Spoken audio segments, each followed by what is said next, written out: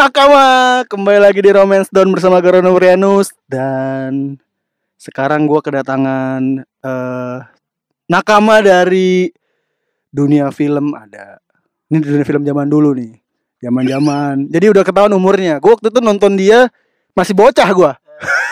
Makanya sekarang dipanggil Om. Nah, itu nanti gue pengen tanya, kenapa Om, apa dia ingin menyanyi Kak Seto atau gimana? Kak Seto kan sampai tua Kak terus dipanggil, dia nggak pernah mau dianggap bapak ya. Bener. Nah ini dipanggilnya Om terus nih, bahkan di Twitternya juga Om. Mungkin personalitinya pengen jadi kayak Om. Om kan konotasinya Om mesum ada. Tapi apakah dia mesum juga? Kita nggak tahu. Kalau dari Nakama ngeliat sih baik lah dia mah. Di film ADC juga jadi cowok-cowok cupu. Tapi pernah ada tuh dia jadi cowok yang brengsek juga. Film jomblo. Nyimeng mulu kerjanya. Dulu gak apa-apa, ada nyimeng gak apa-apa di film. Ini ada Om Dennis Adiswara. Hai, apa kabar? Ya juga ya, dulu Cimeng gak apa-apa ya di film ya. Bahkan tuh ini loh, kayak apa sih, masa depan Hanoman kan tuh jadi Hanoman.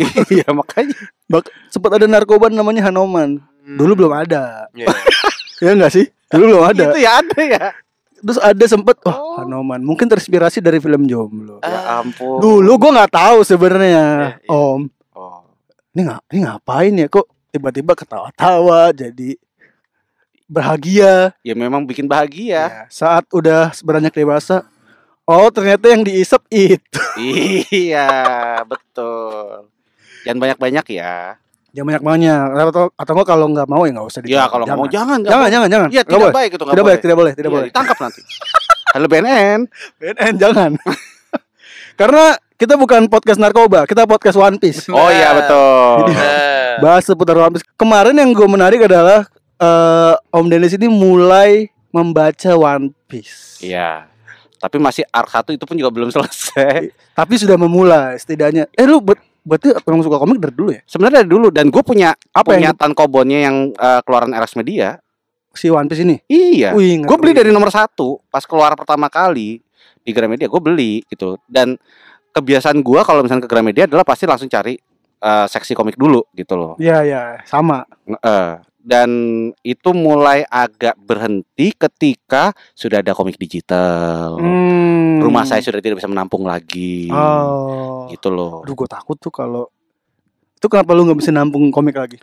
Ya karena rumah saya tidak besar, sehingga komik-komik yang saya baca, sementara komik yang saya baca itu kan semakin bertambah. Iya benar. Gitu loh. Jadi ya gimana nanti, gue dilema gitu loh. Kalau gue punya komik banyak, berarti gue punya beban untuk merawat mereka semua kan. Bener. Karena kalau lo beli komik fisik itu kayak lo beli anak. Kok beli anak? Kok pegangan anak gitu. Gitu loh. Ya, karena lo pasti akan sedih banget ketika lo ngeliat ada 1 atau 2 jilid yang tengah-tengah biasanya tiba-tiba lapuk, kena rayap, kena bocoran. Waduh, sedih banget. Tuh sedih rasanya. Sumpah, gue kemarin Doraemon gue 1 set kebanjiran, hanyut. Terus gue lupa ada 1 komik lagi kena rayap komik gue. Kataku anjing. Nah itu dia. Stres. Komik gue banyak banget lagi di rumah.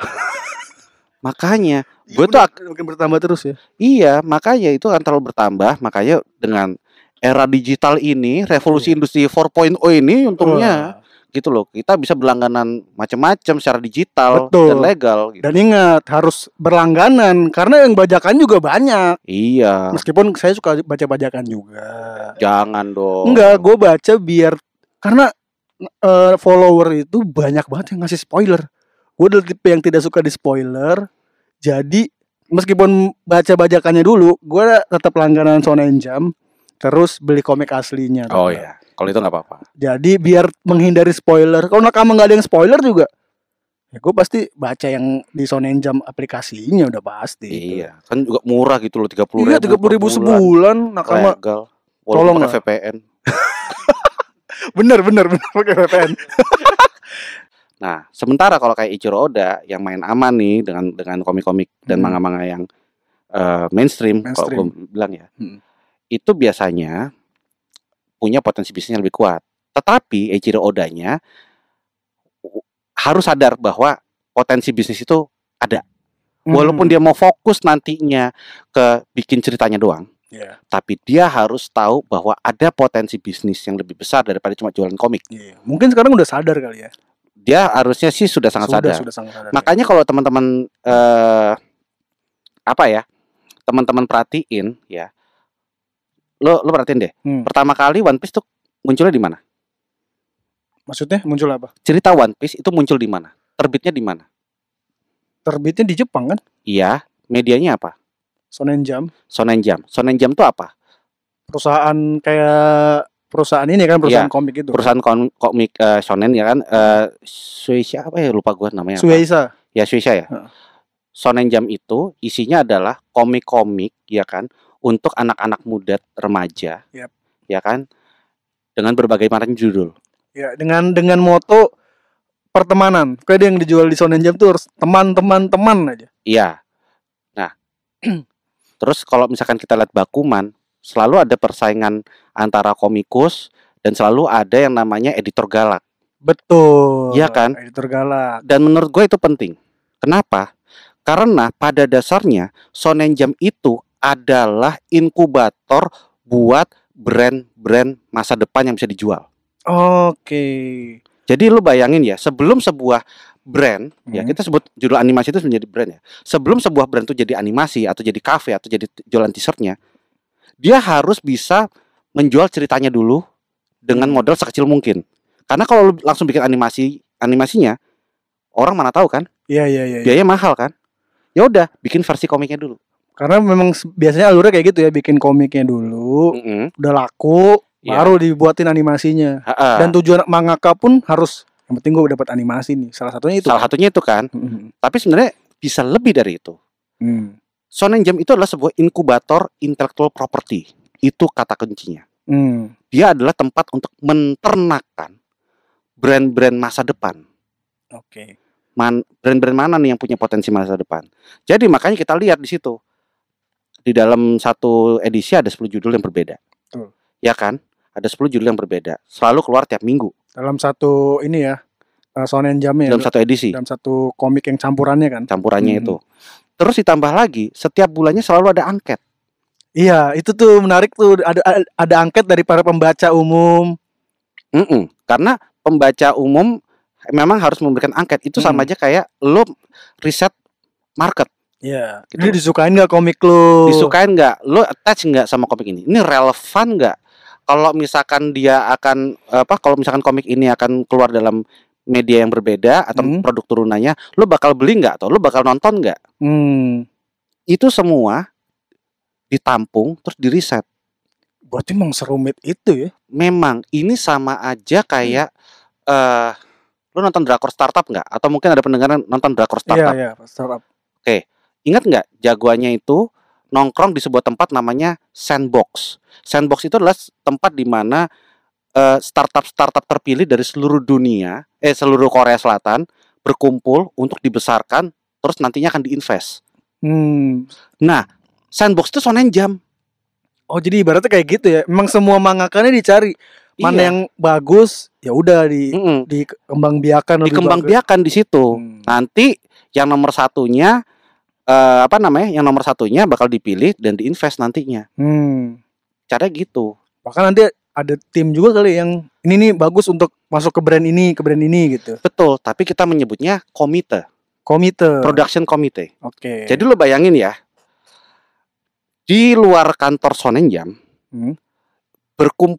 ada sebuah tempat di mana berkumpullah para eksekutif dari misalkan nih ya, dari publishing game.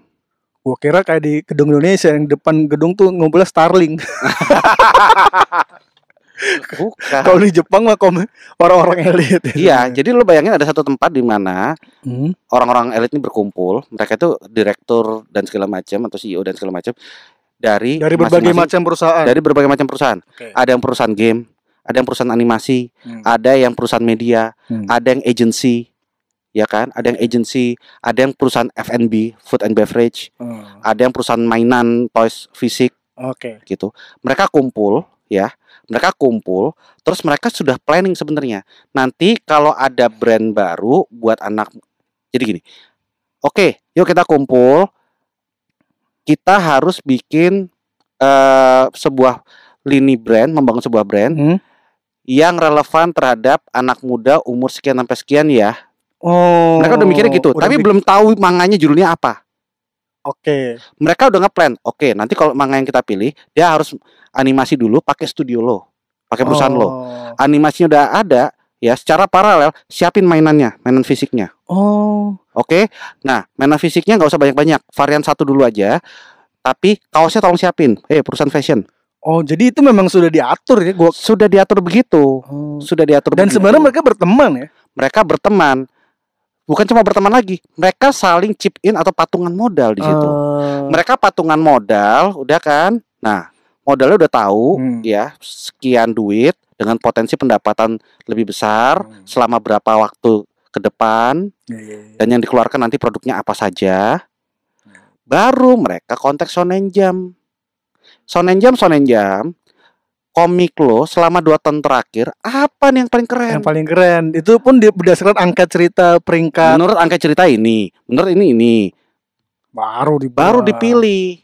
Oh ini aja deh. Tapi ada loh kasusnya yang kayak Kimetsu no Yaiba. Yang gimana? Yang waktu di komik biasa aja. Tapi maksud gua bagus. Tapi ternyata dia itu meledaknya ketika animenya keluar. Ada kan yang kayak seperti itu? Tuh. Itu pun juga gini, sekali lagi model bisnisnya udah dibikinin dulu. Model bisnisnya udah dibikinin dulu ya. Si perusahaan mainan sudah kompakan sama perusahaan game, sama perusahaan fashion, sama perusahaan food and beverage. Ya kan? Mereka udah kompakan dulu. Mau jualannya kemana, market apa. Ya kan? Dan nanti keuntungannya dapat dari mana saja. Lewat jualan apa saja.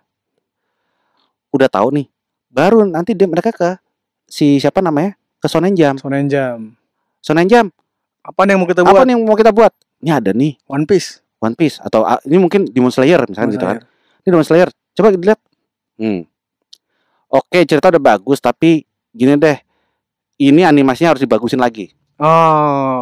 Ini animasi harus kita bagusin lagi supaya orang-orang jadi punya attachment terhadap brand ini. Iya. Gue merasa memang kayaknya kebanyakan nakama ya yang baca One Piece. Kebanyakan tidak seloyal itu. Ada yang cuma suka baca aja karena ada yang baca-bacakan dong, dia nggak beli komik aslinya. Ya baca aja gitu. Bahkan untuk beli kaosnya aja bajakan juga yang murah carinya gitu. Karena menurut gue kalau lu cinta One Piece, ya lu nggak ada uang nih, ya kumpulin lah. Gue pun suka One Piece kan dari gue SMP. Gue aja nabung untuk beli komik. Masa kalian yang udah ini nggak bisa? Harusnya bisa-bisa aja kan? Iya, tapi gue juga ngerti bahwa mereka juga ada keterbatasan finansial untuk melakukan hal-hal tersebut. Saran gue adalah satu, bener kayak lo tadi, nabung aja lah gitu. Sampai suatu hari nanti lo bisa beli. Baru lo pakai. Boleh. Tapi sebenarnya ada cara kedua lo. Apa? Supaya lo bisa nabung. Untuk para nakama nih. Iya. Lo jadi reseller mainan, lo dropship mainan, serius. Oh iya. Kan itu banyak tuh yang program-program apa namanya, referral gitu. Lo dapat komisi setiap kali ada penjualan mainan dan segala macam di online shop. Pakai itu, lo sebarin ke teman-teman lo. Ada yang mau beli nggak nih? Ada yang mau beli nggak?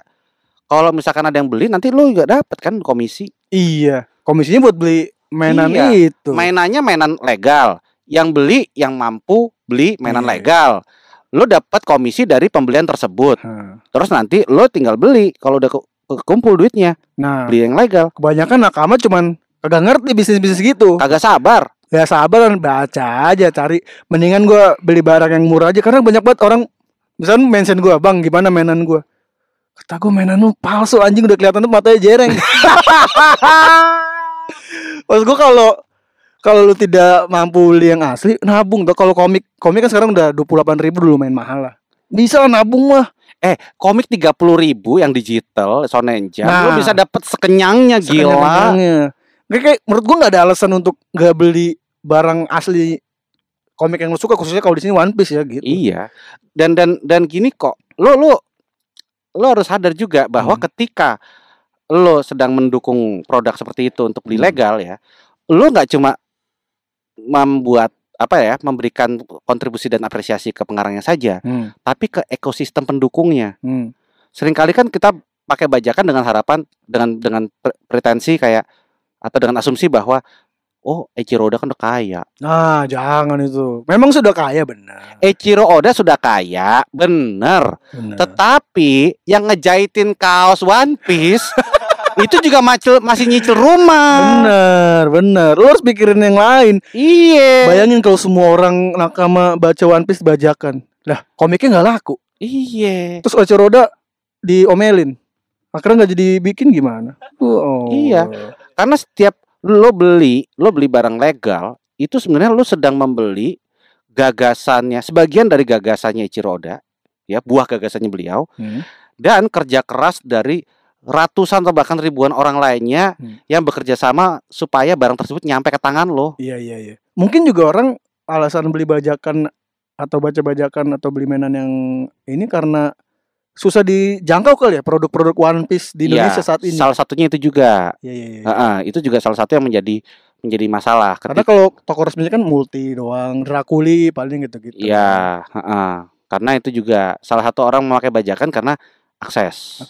Itu juga gua ngerti. Tapi paling enggak selama lo masih pakai bajakan, tolong lo siapin duit lo dong. Bener. Suatu hari nanti lo beli yang asli ya. Bener. Itu sama aja kayak gue doain, suatu hari nanti lo akan mampu, suatu hari nanti lo akan kaya. Bener. Lo mau pakai bajakan terus? Iya. Lo jangan dong. Lo harus kaya, men. Harus kaya untuk beli yang asli, nabung. Bahkan zaman SMP juga gue nabungnya 1.000. Lu jangan satu komik One Piece lo. Betul. Masa lo kalah kaya sama anak-anak TikTok? Nah. Bener. Anak-anak TikTok bisa sombong kenapa? Karena lo semua nggak mau sekaya mereka. Terus gue salahin nggak gitu. Bahkan yang keselnya pun cuman kesel doang, dia nggak melakukan sesuatu untuk tadi kan bisa tuh caranya reseller segala macam. Mumpung sebelum ini One Piece Tour, gue rasa suatu hari nanti One Piece Tour akan dibuka di Indonesia dan kayaknya butuh nggak sih? One Piece apa? One Piece Store kayak di Thailand kan ada. One Piece Store. One Piece Store. Jadi semua merchandise One Piece yang asli dijual di situ. Gini, kalau One Piece Store dibuka, itu tandanya adalah di negara tersebut sudah beredar terlalu banyak barang bajakannya. Atau barang selundupannya. Gitu loh. Kalau sudah tidak bisa dikendalikan barulah terbuka itu. Bisnis tuh biasanya gitu, teman-teman. Ya udah, terima kasih Om Din sudah ngobrol-ngobrol banyak tadi soal One Piece, bisnis dan lain-lain. Nah, kita ini suka ada 2 pertanyaan buat nakam yang gue undang sebelum ditutup. Nah, lu kan udah baca One Piece, udah tahu banyak kan? Enggak tahu banyak, jangan tanya saya. Tapi lu tahu banyak, beberapa karakter tahu lah. Iya, tapi bodoh banget dah. Kalau lu dari sifat lu ini, lu bisa merasa nggak lu baca manga yang ini gua banget nih. Sanji kan udah ada tuh, musuhnya udah ada Sanjinya. Tapi Sanji tidak memikirkan bisnis. Iya. Yang memikirkan bisnis siapa? Nami kan? Nami. Iya, masalahnya itu dia. Kalau misalkan saya mengidolakan Nami dan Sanji, itu sama saja kayak seperti kuda laut, bisa menghamili diri sendiri. Oh, dia adalah Nami yang arwahnya dimasukin Sanji waktu itu. Ya enggak? Bisa. Oh, ada. Jadi ada lau kan jurusnya bisa mindahin jiwa. Iya. Pernah ada masa di mana Sanji jiwanya dipindahin ke tubuh Nami. Jadi Sanji sebahagia itu, anjing dipegangin dulu dadanya Nami. Brengsek sih Mas. Dan si Nami masuknya ke tubuh Franky, robot. Jadi pas apa sih? Si Sanji lagi megang tetenya ditonjok. Anjing gue nonjok diri sendiri. Jadi Om Dennis ini adalah Nami yang ada Sanji yang ada di dalam tubuh Nami. Tapi ada juga yang pembisnis banget. Apa? Wapol bisnis banget tapi brengsek dia. Iya. Ada yang brengsek. Kenapa bisnisnya pada brengsek? Mereka hanya cuma suka uang daripada orang lain gitu aja loh. Dia jahat. Wapol itu ini yang dicoper, yang dia meninggalkan kerajaannya gara-gara kerajaannya lagi diserang bajak laut. Gitu. Kabur, Luffy datang, dia balik lagi. Terus merasa, gue yang punya ini. Oportunis sekali, tapi oportunis yang jahat kalau itu. Tapi dia penjual mainan juga loh. Berhasil jadi penjual mainan. Nah, dia kalau di One Piece kan kerennya dia ini ada cover story. Dimana kalau karakter-karakter yang udah kayak Bagi udah hilang, diceritain dalam versi satu halaman tuh sama Eiichiro Oda di judulnya. Ada cerita tentang Wapol dari gembel buat jadi miskin karena ditendang dari kerajaan. Dia kan kekuatannya buah baku-baku tuh, makan sesuatu jadi apa gitu. dia akhirnya menciptakan ini. Dia makan besi, terus diciptain lah mainan. Dia jual ke anak-anak, harganya murah. Sampai akhirnya ada ilmuwan ngelihat, wah ini metal baru nih. Karena metalnya ditemukan sama tubuhnya Wapol. Akhirnya jadi pengusaha mainan terbesar di dunia dia. Jadi konsepnya dia adalah seperti kopi luwak sebenarnya. Iya benar. Iya kopi luwak, tapi kalau ini yang dimakan kopi. Oh iya benar. Iya, dia makan besi. Dia makan apapun sebenarnya. Wah, pinter banget. Dia bisnisnya pinter, dan sekarang dia jadi raja lagi di suatu pulau. Dia nikah sama model dunia gitu.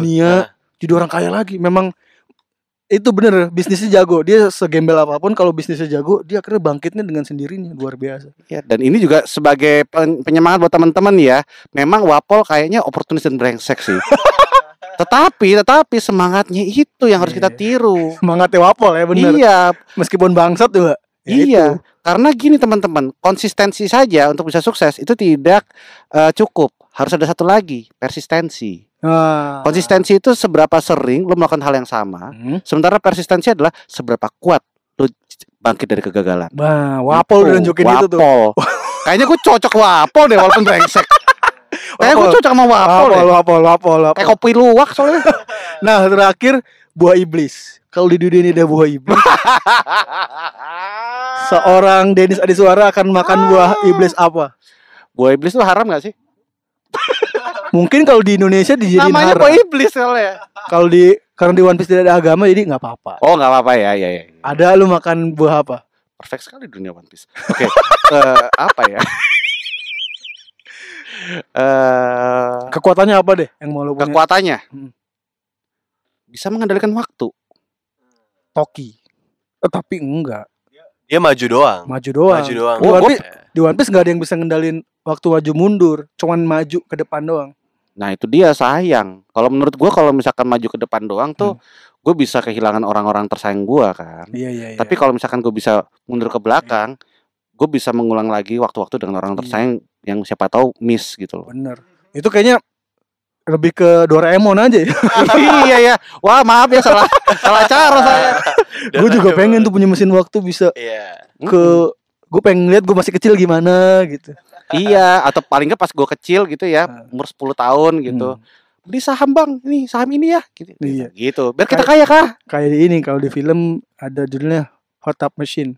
Oh iya. Jadi ada dia berendam terus pindah ke masa lalu. Akhirnya satu orang yang bangkrut banget, yang gagal banget, dia nggak mau pindah ke masa depan, gue tinggal di sini aja. Pas di masa depan akhirnya dia yang nyiptain Google dia. Iya emang. Semua masa depan yang nyiptain dia jadi orang kaya bangsat. Itu gue pengen tuh kayak gitu tuh. Terus bisikin bapak gue, pak beli saham ini pak beli ini pak tanah sini masih murah tapi ntar lagi jadi apa pak. Cocok Wapol emang udah. Gitu Wapol kan? Wapol. Oke. Terima kasih Om Dennis sudah datang ke sini, sudah ngobrol-ngobrol. Semoga nanti kalau udah baca sampai selesai bisa diundang lagi kita ke sini. Ngobrolnya lebih ke bagaimana euforia dia senengnya baca One Piece seperti apa. Baik nabiku. Gue harus tetap menghasut meracuni semua orang, semua wibu istilahnya. Karena kalau wibu kan udah pasti suka anime. Dan kayaknya buat gue kalau wibu gak baca One Piece sayang banget. Loh iya sayang memang teman-teman. Harus baca. Setiap orang yang hidup di muka bumi ini paling tidak harus baca sekali dan bersentuhan dengan One Piece. Benar. Wah, calon nabi. Ya udah, terima kasih nakama udah mendengarkan juga di sini. Terima kasih Om Dennis sudah datang. Sampai ketemu minggu depan dengan nakama yang baru. Kalau lo punya nakama yang pengen diundang, mention aja ke gue, Comedy Noise gitu. Kalau lo tertarik dengan bisnisnya Om Dennis yang tadi diomongin, lo mention Om Dennis. Om, bagaimana caranya ini? Begini nak. Nah, nanti diajarin. Kalau perempuan nanti Om Dennisnya omnya ada 2 jadi Om Dennis. Waduh. Ya udah sampai minggu depan. Dadah semuanya. Dah. Dengerin cerita lengkapnya cuma di aplikasi Noise. Download Noise sekarang di App Store atau Play Store.